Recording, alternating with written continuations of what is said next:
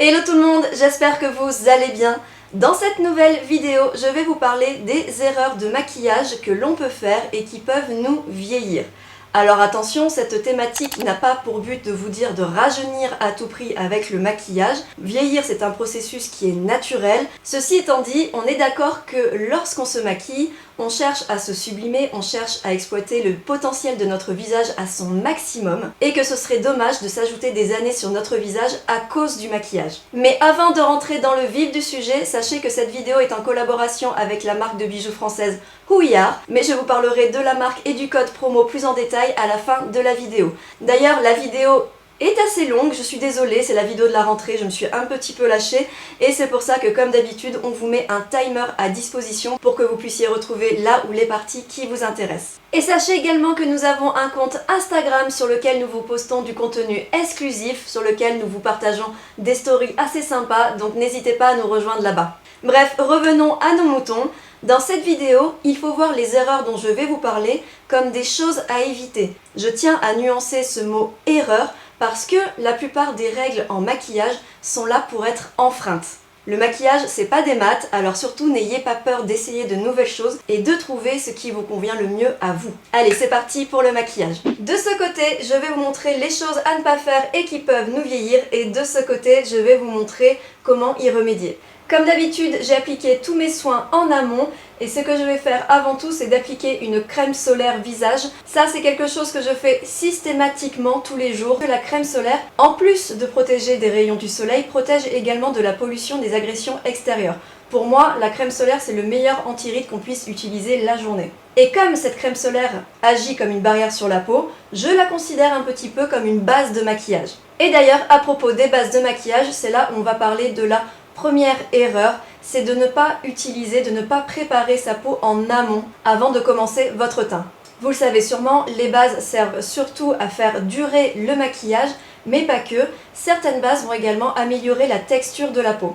Donc si vous avez des pores dilatés, des rides et des ridules, je vous conseille d'utiliser des bases matifiantes lissantes de ce type, comme par exemple la Mattifine de chez MAC ou la Prime and Poreless de Too Faced, c'est celle que je vais utiliser. Pour ma part, en ce moment, mes pores sont assez dilatés autour du nez. De ce fait, je vais appliquer un tout petit peu de cette base uniquement sur la zone concernée. Et cette base, vous pouvez aussi en appliquer, pareil, en toute petite quantité, au niveau de la patte d'oie et des ridules.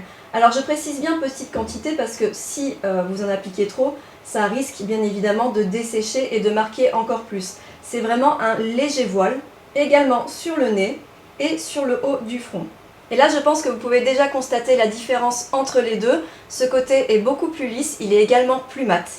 On passe maintenant au produit teint, que ça concerne un fond de teint, une bébé crème ou autre. Et une des erreurs que vous connaissez déjà et sur laquelle je vais faire un rapide rappel, c'est bien évidemment de ne pas appliquer trop de matière.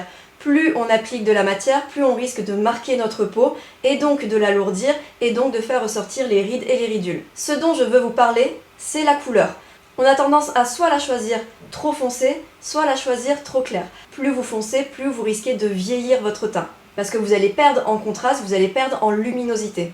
Et en ce qui concerne les fonds de teint trop clairs, on nous dit souvent pour les peaux matures, pour rajeunir, utiliser un fond de teint plus clair, ça apportera de la luminosité, un côté rafraîchissant, etc. Alors moi, avec l'expérience, je trouve que pas du tout, bien au contraire, parce que justement, quand on vieillit, la peau a tendance à devenir plus terne, à devenir un peu cendrée, un peu grisâtre. Et le fait de trop éclaircir cette peau, ça risque de rendre la couleur encore plus terne. D'autant plus qu'il faut prendre aussi que plus on vieillit, plus la pigmentation sur le visage devient inégale. Donc forcément, si on a de l'hyperpigmentation ou de la dépigmentation, un fond de teint trop clair risquerait de faire ressortir ces taches. Alors c'est le côté trop clair que j'ai décidé de vous montrer parce que souvent les démonstrations on montre un teint qui est trop foncé, donc du coup je me suis dit que ça serait intéressant que vous voyez aussi le rendu quand c'est trop clair. Et comme j'ai déjà une peau très claire de base et que je n'ai pas un fond de teint très clair par rapport à ma peau, j'ai décidé de vous montrer ça avec le concealer Born This Way de Too Faced. C'est la couleur Cloud que je vais appliquer de manière totalement classique, c'est-à-dire je ne vais pas non plus en mettre une tonne parce que le trop de matière vous connaissez déjà.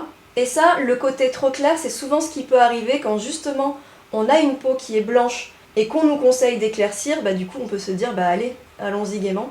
Le risque de choisir une couleur très claire de ce type, c'est en fait déjà, comme je vous l'ai dit, d'accentuer l'effet terne de notre teint, mais également d'apporter trop de contraste au maquillage.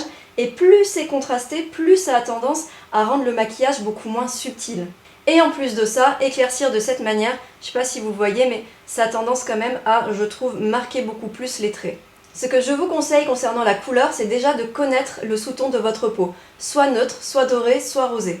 Et ensuite, c'est la manière dont vous allez choisir votre couleur. Donc pour moi, il y a 3 zones sur lesquelles se repérer. Il y a le front, le maxillaire, mais également le décolleté. Et le fait de vous référer également à la couleur de votre décolleté, ça va aider pour plusieurs choses. Déjà, si vous avez une pigmentation inégale sur votre teint, la couleur du décolleté peut déterminer la couleur définitive que vous allez mettre sur votre teint. En plus de ça, comme le décolleté est bien souvent un peu plus foncé que le visage, le fait de foncer légèrement votre fond de teint, je dis bien légèrement, un demi-ton, un ton au-dessus, ça va permettre également de réchauffer votre teint et d'éliminer le côté terne, le côté cendré de la couleur. Pour ma part, je vais utiliser le 1R12 de chez Make Up Forever. C'est une couleur pour moi à la base qui est un peu trop foncée, mais quand je me réfère à mon décolleté, hop, vous voyez, ça se fond, limite c'est même un peu trop clair, mais bon, je vais pas non plus abuser. Et ce fond de teint, je l'applique avec le pinceau 110 Face Shape de chez Zoeva. C'est un petit pinceau que j'aime bien parce qu'il me permet de délivrer la juste quantité de matière. Je pars du centre du visage, je pose et j'étire. Et vous pouvez également faire des mouvements arrondis pour bien fondre le fond de teint à votre peau. Et vous pouvez également tapoter pour apporter un peu plus de couvrance si vous en avez besoin ou pour tout simplement apporter un peu plus de velouté. Je descends le fond de teint dans le cou, un petit peu au niveau des oreilles si j'ai les oreilles rouges. Ce fond de teint, je ne l'applique pas sur le contour de l'œil tout simplement pour éviter la surcharge fond de teint plus anti-cerne. Donc là, on peut dire que j'ai foncé mon teint, mais très légèrement et juste en me référant à la couleur du décolleté, je ne suis pas partie plus loin. Alors bien sûr, si vous prenez beaucoup le soleil et que vous avez un décolleté qui est beaucoup plus foncé que votre visage, il faudra trouver un intermédiaire entre les deux. Toujours concernant le teint, une erreur qui revient très souvent, c'est quand on choisit la mauvaise texture de fond de teint. Je m'explique. Bien souvent, dans les conseils, on nous dit « Attention, si vous avez une peau mature, surtout, utilisez uniquement des fonds de teint très légers, uniquement des bébé crèmes, des CC crèmes et vraiment très light. Limite, ne mettez plus de fond de teint, c'est interdit, terminé. » Non, pas du tout, bien au contraire. Effectivement, il faut prendre en compte que vous avez une peau mature, mais il faut aussi prendre en compte la texture de votre peau à la base.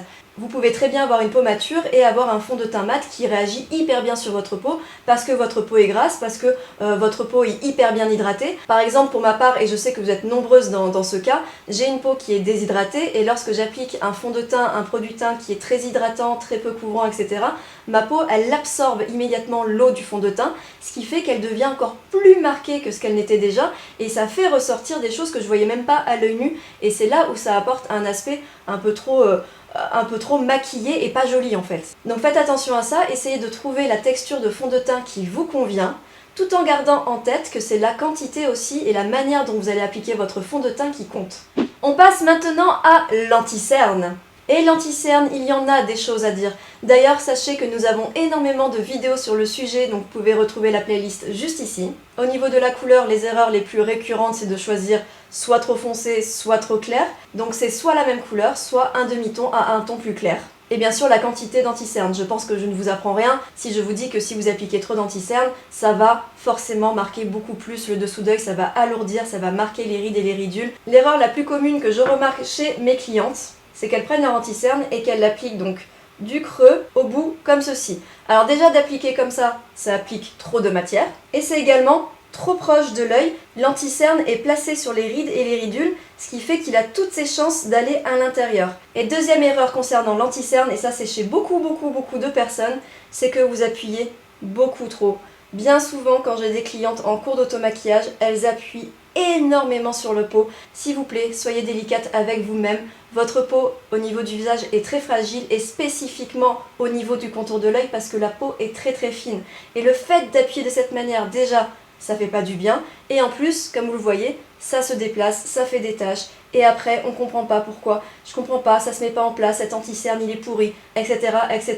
Donc de l'autre côté, je vais appliquer l'anti-cerne effaceur de chez Maybelline.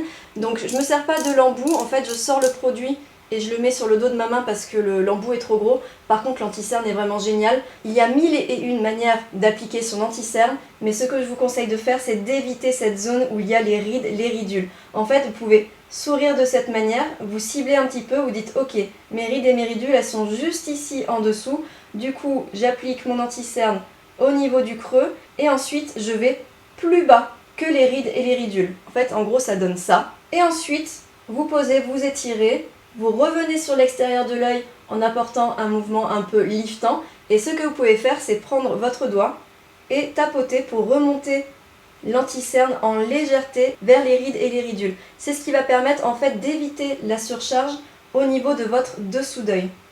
Et ensuite, si vous avez le nasogénien qui est marqué comme moi, vous pouvez très bien prendre ce qui vous reste d'anti-cerne et appliquer cet anti-cerne au niveau de l'ombre et remonter de cette manière. Ça va permettre d'apporter un point de lumière. Et ensuite, vous tapotez en remontant de cette manière. Ça va permettre également d'apporter un côté liftant. Alors pour l'instant, je ne mets pas d'anti-cerne sur les paupières. Vous allez comprendre après pourquoi, ça sera au niveau du travail des yeux. Mais vous pouvez constater la différence lorsque j'applique mon anti-cerne au niveau du dessous, puis que je remonte sur les ridules. Vous voyez, c'est beaucoup moins marqué, c'est beaucoup plus subtil que ce côté-là. On voit bien l'anti-cerne qui a migré, qui a surchargé les rides et les ridules. On passe maintenant à la poudre. Vous savez que si on en applique trop, ça risque de marquer encore plus les rides et les ridules, ça risque d'alourdir le teint et donc de faire tout l'effet inverse que l'on recherche en maquillage. Mais il y a une erreur récurrente que je vois souvent avec le fait d'utiliser une poudre, c'est d'utiliser le mauvais produit. Alors pour moi, il y a deux mauvais produits que je déteste pour fixer mon teint. Ce sont les poudres compactes. La majorité des poudres compactes sont hyper matifiantes. Et quand on poudre avec ce type de produit, je trouve qu'on prend énormément de risques à gâcher notre teint en fait. Ça risque de faire des taches, ça risque de faire des amas, ça risque de marquer la peau, ça risque aussi de changer la couleur de la peau. Ça, c'est vraiment des produits que je vous déconseille. Alors attention, ceci dit, toutes les poudres compactes ne sont pas logées à la même enseigne, bien évidemment. Il y en a quelques-unes, comme celles de chez By Terry, qui ont été pensées justement pour les peaux matures, en l'occurrence, de ce type. Donc ça, c'est la Hyaluronic Hydra Powder de chez By Terry que j'adore. J'utilise surtout pour poudrer le contour d'œil et également pour poudrer les peaux qui sont très sèches ou très déshydratées. Ça permet de juste matifier là où il faut sans marquer. Mais voilà, ça c'est une exception. Et autre poudre que je déteste, mais alors vraiment... Alors je comprends qu'il y en ait qui adorent, mais moi je trouve que c'est prendre des risques et je trouve que vraiment ça gâche le teint. Ce sont les poudres libres transparentes. Je déteste ces poudres-là. Alors elles sont censées être incolores et s'adapter à toutes les couleurs de peau. Pour ma part, je trouve que ça ternit la peau. Je trouve que ça fait un rendu qui n'est pas joli du tout et que ça a même tendance à aplatir un peu le visage.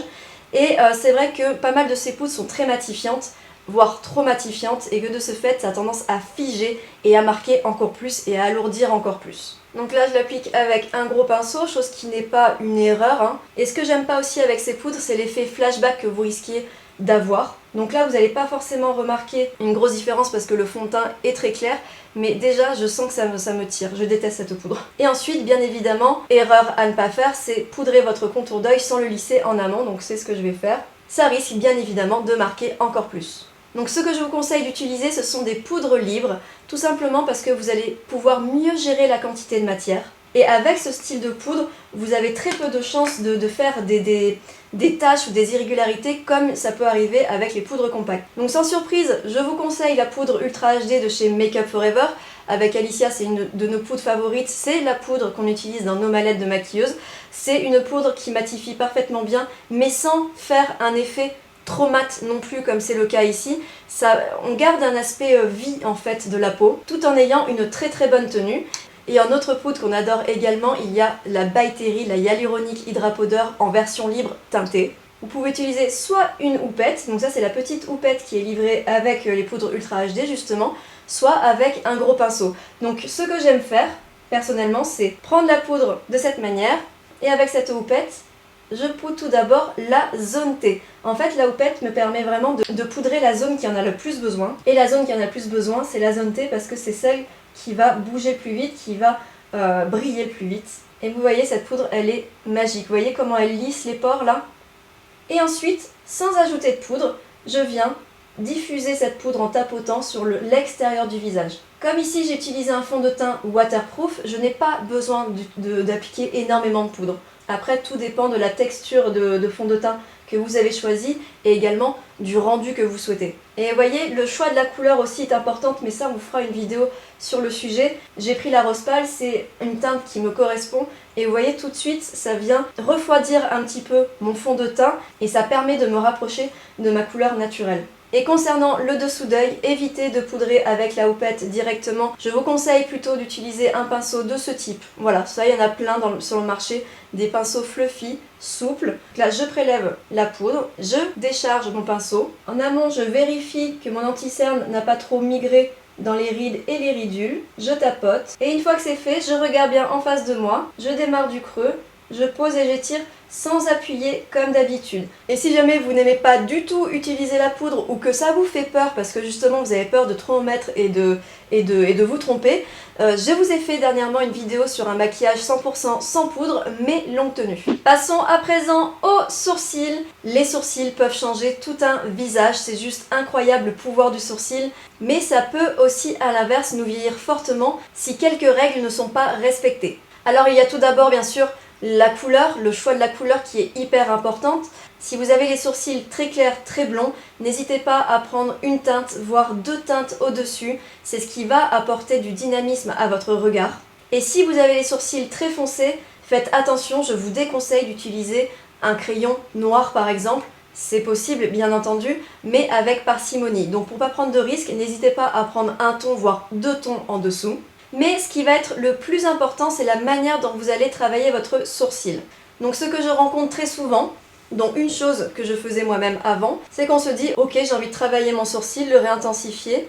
Et donc on suit le sourcil dans sa forme et on travaille droit de cette manière. Il n'y a pas vraiment d'erreur dans la forme, ça fait une espèce d'aile de pigeon. Mais par contre le défaut, c'est que je le travaille droit. Et deuxième défaut, c'est de trop appuyer. C'est-à-dire que là j'ai une couleur qui est taupe, qui est censée être claire, et de trop appuyer, vous voyez, ça commence à devenir trop foncé par rapport à la couleur de mon sourcil naturel. Et ensuite, quelque chose qui revient souvent, c'est le fait de travailler la tête du sourcil net.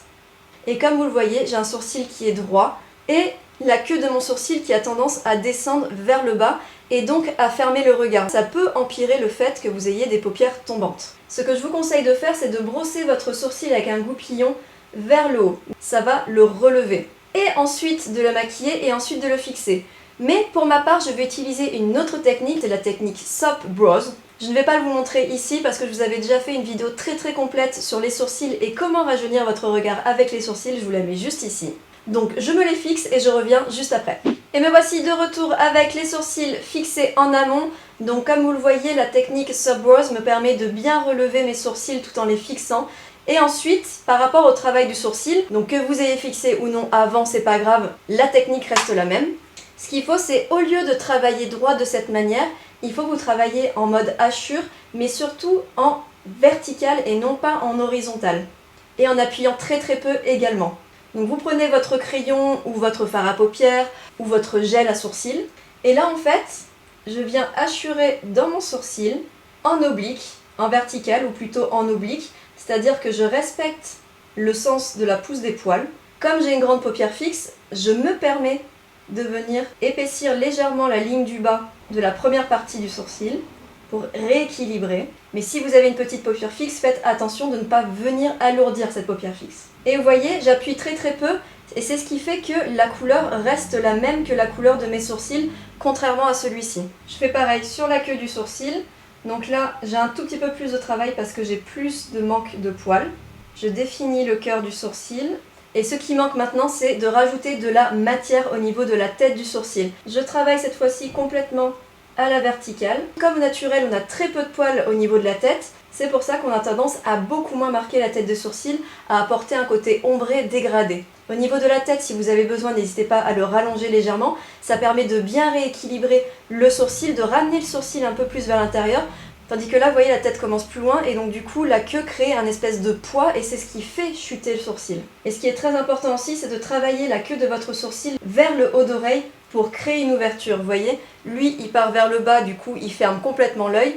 Lui, il est ouvert vers le haut et donc forcément, ça vient ouvrir le regard. On passe maintenant au maquillage des yeux. Et une des erreurs qui revient le plus souvent, en tout cas lors de mes cours de maquillage, c'est que mes clientes ont tendance à ne rien mettre du tout sur la paupière mobile, sur les paupières supérieures, et à appliquer directement le fard poudre dessus. Et de ce fait, elles sont étonnées que le fard ne tienne pas, que le fard aille dans le pli, etc. Alors, à chaque fois que vous voulez maquiller vos yeux, il faut au moins une base. On ne peut pas maquiller ses yeux sur une peau nue. Si vous laissez votre peau nue, c'est clair que les produits ne tiendront pas du tout. Le plus dommage étant que le fard aille ensuite dans les plis et crée des espèces de plis et donc puisse créer un regard fatigué. Si vous n'avez pas de problème de paupières grasses, vous pouvez vous contenter d'un anti-cerne sur la totalité de vos paupières et ensuite de poudrer pour une meilleure tenue. Si vous avez des problèmes de paupières grasses, ce que vous pouvez faire pour contrer cela, c'est d'utiliser une base de maquillage de ce type, transparente. Donc là, je l'applique sur le dos de ma main et ensuite sur l'ensemble de la paupière. Donc c'est un léger film transparent et cette base va permettre de fixer l'anti-cerne que je vais mettre maintenant. Et ensuite, j'applique mon anti-cerne sur cette base. Donc c'est un léger voile d'anti-cerne. Pareil, on n'a pas besoin d'avoir une grosse quantité. Donc là, vous pouvez également remarquer la différence. Le fait d'unifier les paupières de cette manière, ça permet de les agrandir. Et ensuite, je fixe cet anti-cerne avec un léger voile de poudre sur l'ensemble des paupières. Ensuite, on va parler du maquillage au niveau du contour de l'œil. Je sais que vous êtes nombreuses et nombreux à aimer utiliser les crayons parce que c'est très rapide d'application et vous aimez justement entourer votre œil pour apporter plus d'intensité. Et avec Alicia, on a pu remarquer à travers les photos que vous nous envoyez sur Instagram que vous avez toutes bien capté le truc du contour de l'œil. Vous avez toutes bien compris qu'il fallait faire épais et ensuite plus fin pour remonter les yeux. Mais il reste quand même un petit défaut, c'est que vous ne dégradez pas assez. Et ce qui va être important également, c'est le choix de la couleur. Alors j'ai pas envie de vous dire que le noir est interdit, parce que j'adore le noir et que je trouve que ça peut aller très bien à tout le monde tant que celui-ci est bien travaillé. Par contre, utiliser du noir est plus compliqué que d'utiliser une couleur plus douce comme le marron brun, le bleu marine, etc. Des couleurs plus soft qui vont être plus faciles à dégrader. Et pour certains profils, si vous êtes comme moi très clair de peau, que vous avez des cils qui se voient à peine, utiliser du noir peut vite contraster et donc apporter de la sévérité à votre regard et donc apporter aussi un côté vieillissant. Donc avec un crayon taillé, hop, vous démarrez au niveau du ras de cils supérieur pour faire votre liner. Vous le faites épais comme il faut, ça c'est très bien. Et ensuite, vous affinez. Voilà en gros ce que ça donne. Donc comme vous pouvez le voir, c'est plus épais, donc ça a tendance à remonter légèrement, mais ce n'est pas dégradé, donc du coup on a quand même ce poids. En fait, ça fait vraiment quelque chose d'arrondi. Et ensuite, ce que je rencontre très souvent aussi, c'était de se maquiller également le dessous d'œil de cette façon et de s'arrêter au milieu. Vous voyez, mon regard là il n'est pas du tout mis en avant, il a tendance à chuter. Et dans certains cas, vous aimez également appliquer du foncé au niveau de la muqueuse inférieure. Ça peut être très joli si vous avez des grands yeux, mais si vous avez des petits yeux, évitez de le faire. Et donc ce que je vous conseille de faire si vous n'avez pas une main avertie, c'est d'utiliser un marron brun, un taupe, un gris, un bleu marine, des choses qui seront douces et qui seront moins contrastées. Je commence épais sur l'extérieur, très fin, et je vais m'arrêter à peu près au quart.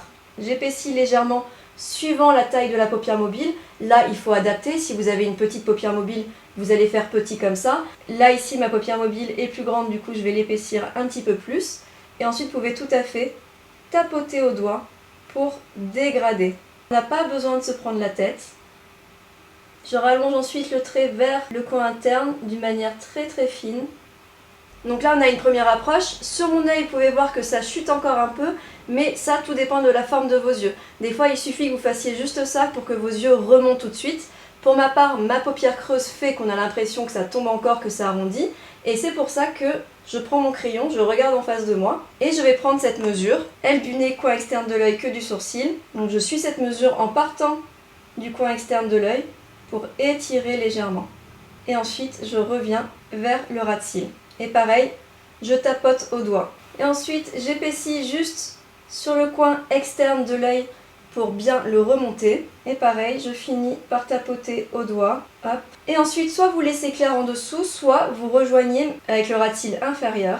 Ça, c'est comme vous voulez. Mais ça peut être sympa pour créer une ombre et apporter un peu plus d'impact aussi au regard. Vous pouvez reprendre un petit peu d'anti-cerne et nettoyer juste en dessous pour bien accentuer le côté liftant. Vous pouvez aussi maquiller la fameuse ligne de dessus, la tagline. Ça va venir réintensifier la ligne des cils. Ça va apporter l'illusion en fait que vous avez des cils. Donc en erreur par rapport au mascara, c'est d'appliquer du mascara uniquement sur le bout des cils comme ça. Ça je vois souvent, hein. Tac, tac, tac, hop, voilà, on en met comme ça et c'est bon, ça suffit. Eh bien non, chers amis, le mascara peut vraiment changer tout votre regard. Et ce que je vous conseillerais de faire avant, c'est bien sûr de recourber les cils. Vous avez fait une vidéo sur plein d'astuces pour appliquer votre mascara que je vous remets juste ici. Donc je vais recourber mes cils. Je sais que vous avez peur de cette machine, mais je vous jure qu'une fois que vous avez le geste, il n'y a rien de dangereux. Le seul truc important, c'est de bien avoir la bande de silicone sur le recourbe-cils. Ensuite, vous appliquez votre mascara, vous prenez bien le temps, vous prenez à la racine, vous remontez en zigzagant. Et n'hésitez pas à aller vers l'extérieur, en fait vous suivez le mouvement que vous avez apporté avec votre ombre. Vous voyez mon geste va dans ce sens. Vous repassez une deuxième couche pour apporter du volume, pour bien fixer la courbure. Et voilà pour le résultat avec le mascara. Donc vous voyez c'est vraiment très intéressant pour ouvrir le regard, pour accompagner les cils avec le crayon qu'on a mis juste au-dessus. Et ensuite si vous avez des grands yeux, vous avez la possibilité de mettre du foncé au niveau de la muqueuse inférieure. Ou si vous avez des petits yeux, n'hésitez pas à mettre du clair. Et si comme moi vous êtes entre les deux, vous pouvez faire les deux. Et ensuite, une erreur qui pour moi n'en est pas vraiment une, mais il est dit bien souvent qu'il faut éviter de mettre du mascara au niveau du dessous d'œil, sinon ça risque de faire patte d'araignée de cette manière, mais aussi de créer une ombre et donc de créer un nouveau cercle, donc une nouvelle poche, de créer un air un peu plus fatigué. Mais si vous avez envie d'enfreindre cette règle malgré tout, je vous conseille en fait d'utiliser une petite carte pour bien protéger votre dessous d'œil et d'utiliser un petit pinceau de ce type ou un petit pinceau eyeliner ou un petit pinceau que vous avez à disposition, de prélever un tout petit peu de mascara sur le pinceau, vous enlevez l'excédent sur un Kleenex et ensuite vous placez votre protection et vous maquillez la base en fait. C'est vraiment la base des cils pour éviter d'avoir un effet justement patte d'araignée et pour éviter que le mascara se mette uniquement sur la pointe et que du coup ça crée cet effet de lourdeur. Or si vous placez bien à la base des cils comme on fait pour le haut, ça fera beaucoup plus joli. Et ensuite je vous conseille de rester uniquement sur l'extérieur pour garder cet effet liftant. Donc je m'arrête là pour les yeux, il y a encore énormément de choses à dire, mais Alicia est en train de vous préparer une super vidéo sur les erreurs à ne pas faire au niveau du maquillage des paupières tombantes. Et pour rappel, si vous avez les yeux comme moi, c'est-à-dire des paupières creuses, je vous ai fait une vidéo à ce propos que je vous mets juste ici et sur laquelle je vous ai également montré les erreurs à ne pas faire. On passe maintenant au contouring, bronzer, blush. Alors sachez que selon moi, le contouring n'est pas du tout interdit. Loin de là. En fait, je pense qu'il y a contouring et contouring. Il y a le vrai gros contouring qu'on va utiliser dans les transformations, pour les maquillages drag queen, pour le contouring instagrammable, etc. Et il y a le contouring de la vie réelle. Mais il y a quelque chose sur laquelle il faut faire très attention, c'est quand vous souhaitez lifter votre visage. Mais ça peut être à double tranchant dans le sens où oui, ça va lifter, mais en même temps, ça va trop creuser le visage. Et bien souvent, quand on vieillit, le visage se creuse, on perd en volume et le visage a également tendance à s'affaisser. Et le truc très souvent que mes clientes me font quand je les maquille, elles font ça. Donc en gros, si on fait ça, je me mets là, dans le creux, et je suis de cette manière. Et l'erreur qui arrive très souvent, c'est d'aller trop bas parce que justement, on fait ça, on cible le creux et on oublie aussi de dégrader ce contouring vers le haut.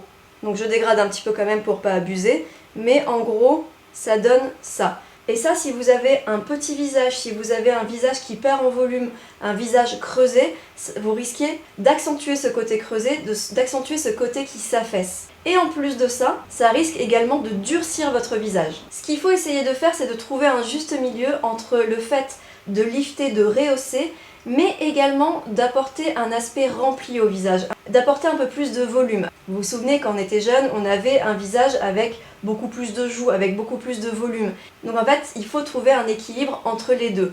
Bien sûr, si votre visage s'y prête, si vous avez déjà un visage qui est rond, qui est assez large, ou que vous avez des bonnes joues, vous pouvez vous permettre de creuser un petit peu plus. Donc je fais mon petit mélange, et ce que je vais faire, c'est prendre cette mesure aile du nez commissure, d'accord? Donc là, je suis dans le creux, et en fait, je vais aller un tout petit peu plus au-dessus du creux, justement pour éviter de venir affaisser cette partie. Donc je remonte un peu mon pinceau, toujours dans la même direction, je situe, je fais un petit repère comme ça. Et ensuite, en légèreté, j'enlève bien l'excédent sur mon pinceau, je pars de l'extérieur du visage et je reviens vers le milieu. En gros, vous arrêtez votre ombre à peu près au niveau du milieu de la pupille. Et regardez bien, ici c'est plus épais et ensuite ça s'affine. Et ce que vous pouvez faire, c'est dégrader vers le haut et dégrader un peu vers le bas. En fait, on essaye d'apporter une ombre qui va effectivement modifier le visage, mais qui ne va pas non plus creuser. Je vais ensuite rééquilibrer mon front et ensuite au niveau du maxillaire.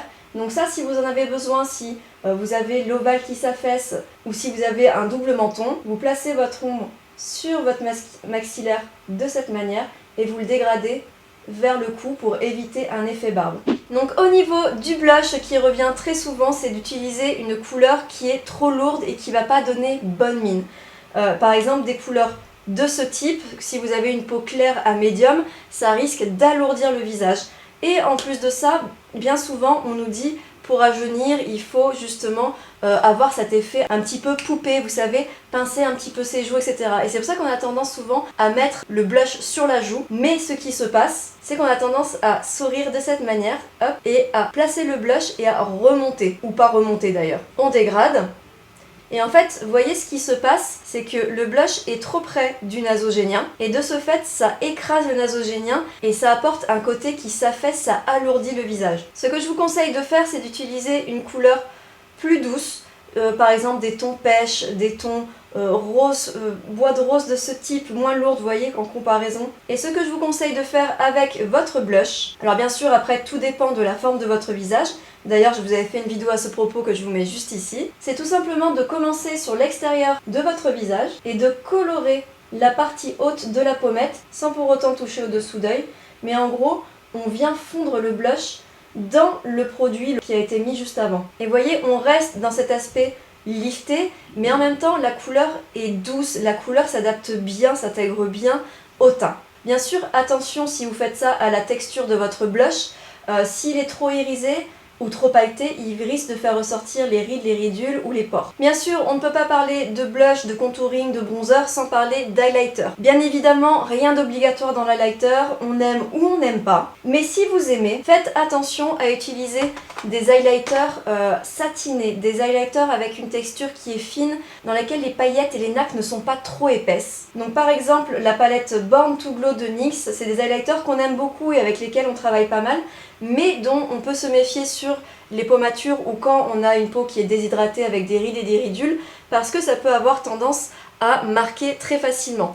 Et ce qui va compter aussi, c'est là où vous allez appliquer l'highlighter. Donc par exemple, moi je vais prendre cette teinte-là, comme on est dans les roses là. Et bien souvent, ce qu'on peut faire, et moi la première, c'est juste appliquer, vous voyez, comme ça. On dit ok, donc l'highlighter c'est ici, et puis on en a un petit peu là parce que c'est toujours joli, une petite brillance là. Sauf que du coup, vous voyez, les pores en fait ressortent immédiatement. Donc ici, faites attention, il faut que la texture de peau puisse également le permettre. Et le fait d'appliquer l'highlighter dans ce mouvement, ça va créer en fait une barre avec le blush, avec le reste, et donc vieillir au lieu d'embellir. Au niveau des highlighters que je vous conseille, bien évidemment les highlighters liquides. Ceci dit, je suis beaucoup plus à l'aise avec les highlighters texture poudre, et dernièrement m'a fait découvrir la palette de chez Dior Backstage, donc c'est la Universal, et il faut dire que ces highlighters sont d'une finesse incroyable. C'est des nacres qui sont très fines en fait. On va faire un petit mélange des deux. Et au niveau de l'application, j'aime bien utiliser des pinceaux fluffy de ce type.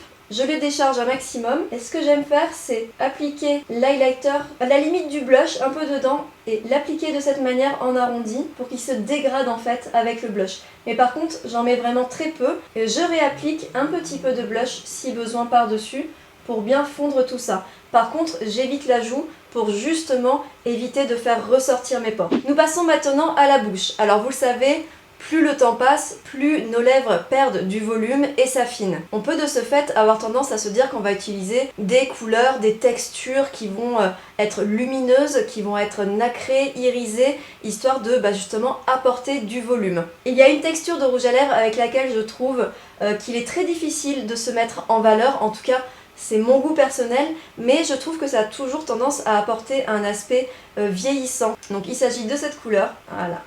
Voilà, cette couleur, c'est trop pour moi. Donc je pense que vous voyez là où je veux en venir. Je trouve que ça ne met pas du tout en valeur, qu'au contraire ça accentue le fait que j'ai des lèvres fines, ça accentue, même si on a envie d'aller au-dessus, ça va marquer encore plus le contour, et c'est ce type de texture aussi qui risque de filer dans les rides et les ridules. Donc pour moi, cette texture nacrée métallique n'a rien de bon. Mais si vous avez envie d'apporter un peu plus de volume, un peu plus de lumière à vos lèvres, vous pouvez tout simplement utiliser un gloss. Ce sera, je pense, un peu plus simple. Et aussi beaucoup plus joli. Alors personnellement, au quotidien, je me maquille très peu la bouche, je mets juste une petite pointe de gloss colorée et ça me suffit. Mais si vous avez envie d'avoir une bouche un peu travaillée, je vous conseille bien évidemment d'utiliser un crayon. Donc là, je vais utiliser l'Aqualip 2C de chez Make Up For Ever. C'est un nude avec une pointe de rose à l'intérieur.